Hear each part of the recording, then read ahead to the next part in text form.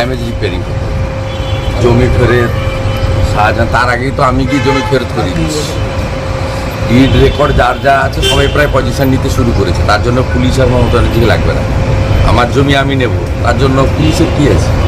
ওই জমি ফেরত করতে। আর উনি জেলিয়াখালি বলে যে জায়গাটা আমার যাওয়ার কথা আছে, সেখানে গেছিলেন শিবু হাজরার ম্যানেজার ভানু মণ্ডলকে খুঁজতে।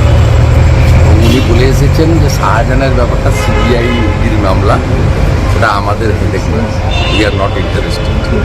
উনি গেছেন ড্যামেজ কন্ট্রোল করতে, কারণ উনি তো এখন পার্টিরও প্রেসিডেন্ট, সুব্রত বক্সিকে কোথাও দেখা যায় না। ওই কাজটা রাজীব কুমারকে মমতা ব্যানার্জি দিয়েছে। আপনি তো নিজে নন্দীগ্রামের সময় থেকে রাজনীতিতে ছিলেন সক্রিয়ভাবে, এই সন্দেশখালী কি দ্বিতীয় নন্দীগ্রাম হতে চলেছে? হ্যাঁ, বশ্যতা বিরোধী সংগ্রাম।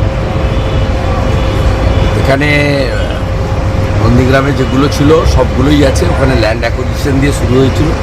এখানে নারীদের উপর, মায়েদের উপর অত্যাচারের বিরুদ্ধে মানুষ প্রথম সংগ্রাম করেছে, কিন্তু বাকি ল্যান্ড গ্রেবিং অলসো এই বিগ ইস্যু, মানে মহিলা নির্যাতনের পরে ল্যান্ড গ্রেবিং। আর থার্ড হচ্ছে যেটা নন্দীগ্রামে ছিল না এখানে, যে গত মমতা ব্যানার্জি ক্ষমতায় আসার পরে 13 সালের পর থেকে ওরা কোনো ভোট দিতে পারে, ইভিন লোকসভা বিধানসভাও দিতে পারে, কার্ড নিয়ে না। ভোট লুট, গণতন্ত্র হত্যা, নারী নির্যাতন সীমাহীন, আর জমি দখল, তিনটে বিগ ইস্যুর উপরে বশ্যতা বিরোধী সংগ্রাম হচ্ছে। আর মানুষ বিজেপিকে ভরসা করছে। আমি ওখানকার যারা বামপন্থী ভোটার তাদের সঙ্গে কথা বলেছি, বলেছে না আমরা বিজেপিকে ভরসা। ও সেদিন তো আপনারা দেখেছেন বৃন্দা করাতে তো হাইকোর্টের পারমিশন লাগেনি, যেহেতু সিপিআইএম করেন, সেটিংটা আছে। তা বৃন্দা করাতরা ছিলেন, আমিও ছিলাম। মানুষ কাকে গ্রহণ করেছেন আমরা তো অর্গানাইজ কেউ করতে পারিনি। সেদিন প্রথম ঢুকেছি, তো সেদিন চোখের সামনে, ক্যামেরার সামনে, ছবির সামনে সবাই দেখেছে যে মানুষ কাকে ভরসা করছে। নরেন্দ্র মোদীজিকে ভরসা করছে, তার সৈনিকদের ভরসা করছে। শিখদের কিন্তু আপনার আমি ওই আইপিএস অফিসারের সামনে দাঁড়িয়ে আমি এটা থ্রো করেছি, বা কেউ বলেছে, যা বলবেন স্বীকার করে নেবেন। ও ম্যানুফ্যাকচার পিকচার ভয়েস, এর সঙ্গে আমাদের দলের কোনো সম্পর্ক উস্কাচ্ছে শিখদের তো না, এটা করে মুসলিমদের উস্কায়, এনআরসির ভয় দেখায়। অনন্য ব্যানার্জি যখন খ্রিস্টানদের অ্যাটাক করেছে, তখন ডেরেক ওব্রায়েন আর মমতা ব্যানার্জির মুখ বন্ধ থাকে। আস্তে আস্তে একটা জায়গা, এবং অনেকেই বলছেন যারা দীর্ঘদিনের প্রবীণ রাজনীতিবিদ, তারা বলছেন একটা নন্দীগ্রাম হতে চলেছে, আমরা দেখতে চলেছি। দেখুন, যারা বলছেন কন্ট্রোলের বাইরে যাচ্ছে, তারা জানেনই না ওই জায়গাটা কোনোদিন কন্ট্রোলে ছিল না। আজকে বড় বড় পুলিশ অফিসাররা যাচ্ছেন বা টিএমসির নেতারাও যাচ্ছেন। বছরের পর বছর ওখানে মানুষ অত্যাচারিত হয়েছে, মহিলা অত্যাচারিত হয়েছেন। কেউ খোঁজ নিয়েছে কি? ওখানে আইন কানুন কোনো দিন ছিল না। আজ মানুষের পিঠ যখন ঠেকে গেছে দেওয়ালে, সহ্যের বাইরে চলে গেছে পরিস্থিতি, তারা রাস্তায় বেরিয়ে এসে প্রতিবাদ করছে, কারণ তার হারাবার কিছু নেই। তাকে জোর করে ঠেকানোর চেষ্টা হচ্ছে। রাজীব কুমারের মতো অফিসার গিয়ে বলছেন আমার উপর আস্থা রাখুন, 8 দিনে করে দেবো। আরে কত 8 দিন চলে গেল, কোথায় ছিলেন আপনারা? যখন দিনের পর দিন ধর্ষণ হয়েছে, থানায় গিয়ে ফিরে এসেছেন, এফআইআর নেওয়া হয়নি। পঞ্চায়েত ভোটের সময় লুট করা হয়েছে, মারপিট করা হয়েছে, বাড়ি ভেঙে দেওয়া হয়েছে, ভেড়ি দখল হয়েছে, পুলিশ একটা এফআইআর নেয়নি, দূর দূর করে তাড়িয়ে দিয়েছে থানা থেকে। তখন তো কেউ খোঁজ নেয়নি। যারা আজকে নতুন নতুন সন্দেশকারীর নাম শুনছেন, তারা ভাবছেন যে বিরাট কিছু হয়ে গেল। আর সন্দেশকারীর মতো এরকম বহু জায়গা আছে যেখানে এখন এই পরিস্থিতি চলছে। একটা নন্দীগ্রাম দেখতে চলেছি আমরা। নন্দীগ্রামটাও একটা গেম চেঞ্জার ছিল, তাই জানি আমরা সবাই। আমি বলছি এটা থেকে বহু মানুষ প্রেরণা নেবেন যারা অত্যাচারিত, এবং তারা প্রতিবাদ করবেন। নন্দীগ্রামের মতো পরিস্থিতি অনেক জায়গায় তৈরি হবে। তার মানে কি লোকসভার আগে Sandeshkhali is one of the game changers? Sandeshkhali একটা ফ্যাক্টর আছে, পশ্চিমবঙ্গে এরকম বহু জায়গা আছে। আমার মনে হয় সাধারণ মানুষই নিজের হাতে প্রতিবাদের ভাষা আর ঝান্ডা তুলে নিচ্ছেন। কোনো পার্টিকেও তারা বিশেষ গুরুত্ব দিচ্ছেন না, কারণ বাকিদের বিরোধীদের এখানে গুরুত্ব দেয় না। আমরা চিৎকার করেও কিছু করতে পারি না, সরকার কার কথা শোনে না, তো মানুষকে নিজের রাস্তা খুঁজে নিতে হচ্ছে। যিনি অত্যাচার করতেন তার নাম শেখ শাহজাহান, আর যারা অত্যাচারিত হতেন তারা হিন্দু। সেই জন্যে কি সন্দেশখালীতে বিজেপি ছোট বড় মাঝারি সমস্ত নেতা যেতে চাইছেন 144 ভেঙে? আপনি পশ্চিমবাংলায় এরকম বহু জেলা আছে, বহু জায়গা, ব্লক আছে, যেখানে এক একজন মুসলিম গুন্ডাকে নেতা বানানো হয়েছে। তার মধ্যে শাহজাহান একজন। আপনি দক্ষিণ 24 পরগনা, উত্তর 24 পরগনা যান, নদিয়া, মুর্শিদাবাদ, মালদা, দিনাজপুর, কুচবিহার পর্যন্ত সব জায়গায় একই ঘটনা। যারা সমাজবিরোধী মাফিয়া ছিল তারা নেতা হয়ে গেছে। তারা হাতে খড়ি করেছে সিপিএমের আমলে, এখন কংগ্রেসে এসে টিএমসি তাদের হাতে পুরো সত্তা, পুরো বর্ডার এলাকায় পঞ্চায়েতের সমস্ত সিট 30 স্তরীয় ওদের হাতে তুলে দেওয়া হয়। যারা স্মাগলার, যারা গণ্ডগোল করে, গরু পাচার, সোনা পাচার, মহিলা পাচার, ফ্যান্সি ডিল পাচার, সোনা পাচার, ড্রাগ পাচার, সব কিছুতে যুক্ত। সেখানে একটা লোক এমন নেই যে ঠিকঠাক আছে। আর তারাই টিএমসির কিংপিন, তারা পয়সা দেয়, তারা ভোট করিয়ে দেয়, সেজন্য টিএমসি পার্টিটা তাদের উপরে দাঁড়িয়ে আছে, কখনোই তাদের গায়ে হাত পড়বে না।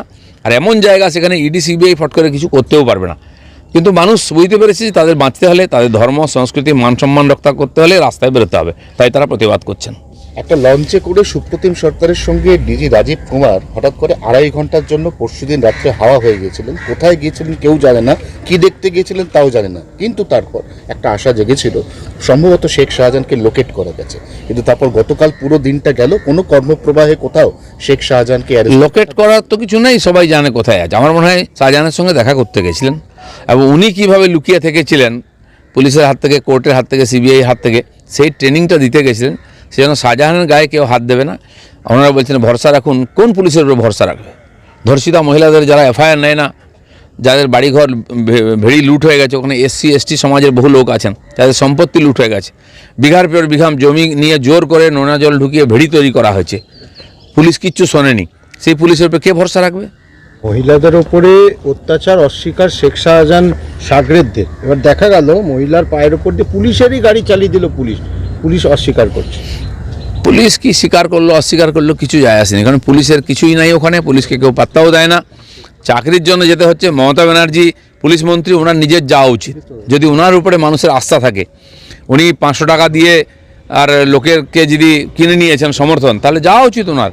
উনি গিয়ে বলুন যে চিন্তা নেই আমি আছি, সে বলার হিম্মত ওনাদের নেই, ওনারা হেরে গেছেন। যাবে তো অভিষেক 10 তারিখ।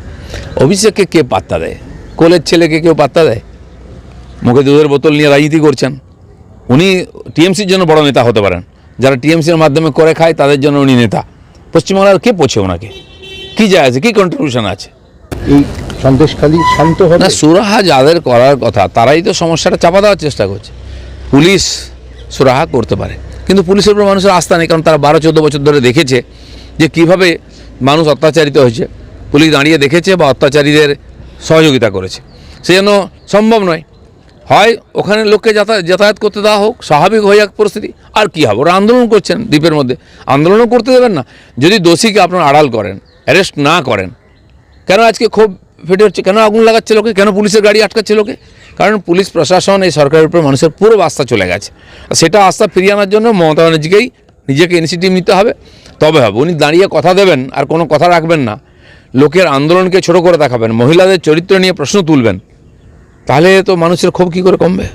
শেষ প্রশ্ন দাদা, রাজ্যে আগে যে বকেয়া, সেই বকেয়া কেন্দ্র দিক, পাশাপাশি নির্বাচনী পরাজয়ের অভিযান, যার ফলে পেট্রোল ডিজেলের দাম এবং সারের দাম বাড়িয়েছে কেন্দ্র, এমনটাই বলছে কুণাল ঘোষ, কটাক্ষ করেছে বিজেপিকে। একটা বাড়ির বাচ্চা ছেলেকেও আমরা বাজার করতে গেলে আগে হিসাব চাই, তারপরে টাকা দিই। এটা বোঝেন না টিএমসির লোকেরা? চুরি করতে করতে এই বুদ্ধিটাও লোপ পেয়ে গেছে। আগে তো হিসাব দিতে হবে। কই অন্য রাজ্যকে নেই সমস্যা হয় না? এখানে সব উপর থেকে নিচে চোর, তো চোরদেরকে কেউ বিশ্বাস করে টাকা দেয় হাতে, সব তো লুট হয়ে যাবে। পশ্চিমবাংলার মানুষের দুর্ভাগ্য, তারা এই সরকারকে চয়ন করেছেন চোরেদেরকে, যাকে কেউ বিশ্বাস করে না, তার জন্য তাদেরকেও কষ্ট পেতে হচ্ছে। যে অভিযোগ রয়েছে স্বীকার করতে এতদিন লেগে গেল, মানে কি বলবেন?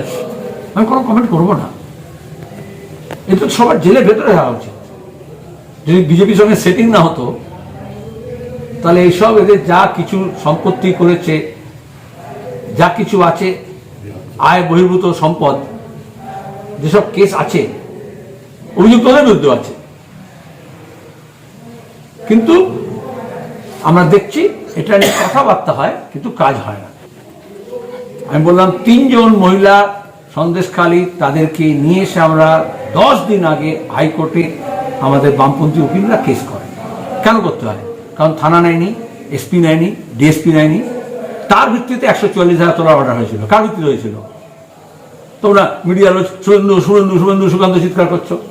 বামপন্থী আইনজীবীরা কোর্টে যান, ইন্টারনেট চালু করতে হবে, অভিযোগ সব নিতে হবে, 144 ধারা রাখা যাবে না, এবং বিরোধী দলের কর্মীদেরকে, নেতাদেরকে, ভারতের দেশের সব জায়গায় সবার যাওয়ার অধিকার আছে, কিন্তু বিজেপি বলবে মণিপুরে আমার যাওয়ার অধিকার নেই। কাশ্মীরে যখন 307 ধারা বাতিল করেছে, তখন এয়ারপোর্ট থেকে কাউকে বাইরে বেরোতে দেয়নি। আবার এখানে যখনই দাঙ্গামা হয়েছে, ঝামেলা হয়েছে, খুন হয়েছে, ধর্ষণ হয়েছে, মুখ্যমন্ত্রীর মেয়েকে ধর্ষণ করেছে তৃণমূলের লোকেরা, কিন্তু পুলিশ বলেছে আপনারা কেউ যাবেন না। অপরাধকে আড়াল করার জন্য, অপরাধীকে আড়াল করার জন্য। দুজনের কায়দা এক। হাতরাসে তোমরা জানো না, প্রিয়াঙ্কা গান্ধীকে যেতে দেয়নি, তো আইন তো এক হবে গোটা দেশে, সংবিধান তো এক হবে। এখানে দাঁড়িয়ে আমাদের মনে হয় যে আমরা এখন দাঁড়িয়ে 23 জন মহিলা আজকে তারা সই করেছেন এবং এই শিবু হাজরা, এই শাহজাহান, এই উত্তম সর্দারের নামে অভিযোগ দায়ের করেছেন। সেগুলো আমরা হাইকোর্টে জমা দিয়েছি এবং আমরা চাই বিচার হোক। এসব বলার পরে ডিজি পুলিশ গেছে, টনক নড়েছে, প্রথমত যায়নি। 7ই জানুয়ারি যেদিন আমরা ইনসাফ ব্রিগেড করেছি, সমাবেশ করেছি সন্দেশখালীতে, সেই দিনই মহিলারা ঝাঁটা নিয়ে, লাঠি নিয়ে রাস্তায় নেমেছিলেন। ওরা মিথ্যা মামলা করে নিরাপদকে ধরল। ওই দিন ওখানে ছিল না, কিন্তু কেন ধরল? ফেব্রুয়ারি মাসে মিথ্যা মামলা করে। আজকে দাঁড়িয়ে এটা স্পষ্ট হচ্ছে এই বিজেপি তৃণমূল, তৃণমূল বিজেপি করে ধর্মের নামে ভাগাভাগি হতে পারে, কিন্তু অপরাধ দমন হতে পারে না।